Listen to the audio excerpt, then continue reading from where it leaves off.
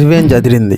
ఆసీస్పై team India ఘన విజయం. సెమీస్కి భారత్ బంగ్లాపై భారం వేసిన ఆస్ట్రేలియా 206 పరుగుల లక్ష్య ఛేదనలో ఆసీస్కి మొదటి ఓవర్లోనే షాక్ తగిలింది.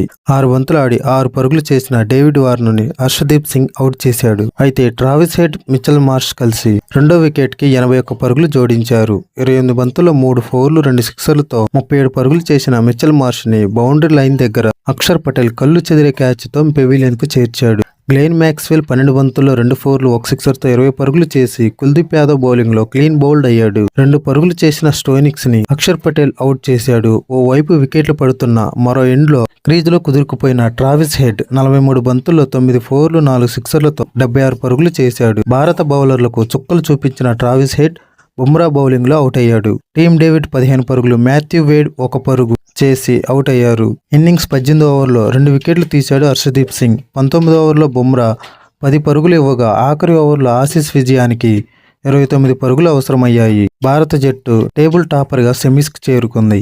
అంతకుముందు టాస్ ఓడి తొలుత బ్యాటింగ్ చేసిన భారత జట్టు నిర్ణీత 20 ఓవర్లో 5 వికెట్లు కోల్పోయి 205 పరుగుల భారీ స్కోరు చేసింది. పేలవ ఫామ్లో ఉన్న విరాట్ కోహ్లీ మరోసారి ఫ్లాప్ అయ్యాడు. 5 బంతులు ఆడిన విరాట్ కోహ్లీ హజల్వుడ్ బౌలింగ్లో డక్అవుట్ అయ్యాడు. ఈ టీ20 వరల్డ్ కప్లో విరాట్ కోహ్లీకి ఇది రెండో డక్అవుట్. కోహ్లీ అవుట్ అయిన తర్వాత ఓవర్లోనే మిచెల్ స్టార్క్ని టార్గెట్ చేసి 4 సిక్సర్లు 4 బాది 28 పరుగులు రాబట్టాడు రోహిత్ శర్మ. పవర్ ప్లే ముగిసే సమయానికి వికెట్ కోల్పోయి 60 పరుగులు చేసింది టీమిండియా. రోహిత్ శర్మతో కలిసి రిషబ్ పంత్ రెండో వికెట్కి 84 పరుగులు భాగస్వామ్యం జోడించారు.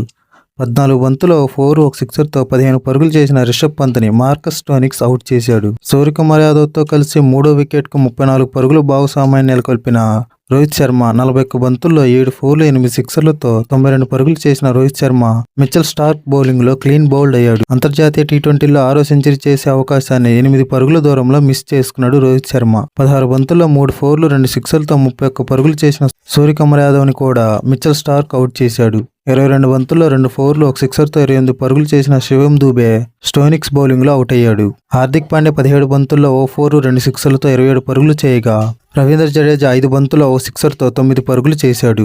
ఆస్ట్రేలియా బౌలర్లో మిచెల్ స్టార్క్, మార్కస్ స్టోయినిక్స్ 2 వికెట్లు తీశాడు. జోస్ హజల్వుడ్ 4 ఓవర్లో 14 పరుగులు మాత్రమే ఇచ్చి విరాట్ కోహ్లీ వికెట్ తీశాడు. ఈ విజయంతో భారత్ సెమీస్ చేరుకోగా ఆస్ట్రేలియా మాత్రం బంగ్లాదేశ్పై భారం వేసింది.